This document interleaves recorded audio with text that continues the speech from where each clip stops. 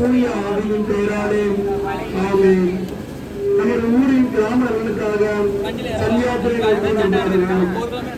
அனைத்து உரிமைகளுக்கும் ஊற்றாகிய இறைவா, நாங்கள் எங்கள் உரிமைகளை விட பிறரின் உரிமைகளை மதித்து நடப்பதும், பிறரின் கடமைகளை விட எங்கள் கடமைகளை கண்ணும் கருத்துமாக இருக்கவும், அதனால் எங்கள் குடும்பத்திலும் ஊரிலும் நாட்டிலும் ஒற்றுமையும் அமைதியும் செழிப்பும் விளங்க வரமளிப்பதாக.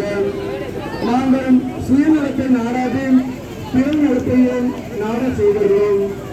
உமது அடியார் இந்த பவுல் எல்லாருக்கும் எல்லாருமாக வாழ்ந்தது போல் நாங்களும் வாழ்ந்து எல்லாரும் எல்லாமும் பெற வேண்டும் என்ற நாவலை நிறைவேற்றும்.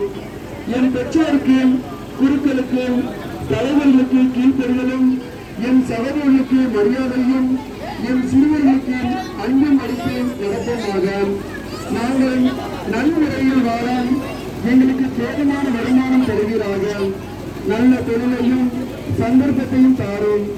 எங்கள் ஊரில் உள்ள முதியோர், விதவைகள், வறுமையில் வாடுவோர், பிணியாளர் அனைவருக்கும் ஆறுதலும் நல்வாழ்வும் அளிக்குமாறு உண்மை கெஞ்சி கேட்கிறோம். ஆமென். நம் இயேசு கற்றுக் கொடுத்த ஜெபத்தை அனைவரும் சேர்ந்து சொல்வோம். விண்ணுலகில் இருக்கிற எங்கள் தந்தையும், உமது பெயர் தூயதென போற்றப் பெறுக. உமது ஆட்சி வருக.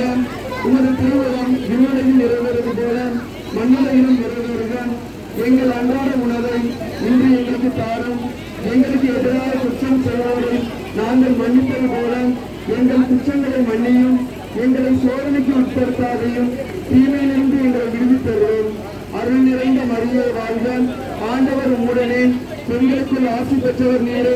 உம்முடைய திருவயிற்றின் வழியாக இயேசுவும் ஆசி பெற்றவரே. புனித மரியே, இறைவனின் தாயே, பாவிகளாய் இருக்கிற எங்களுக்காக இப்பொழுதும் எங்கள் இறப்பின் வேளையிலும் வேண்டிக் கொள்ளும். ஆமென். தந்தைக்கும் மகனுக்கும் தூய ஆவியாருக்கும் மாட்சி உண்டாவதாக.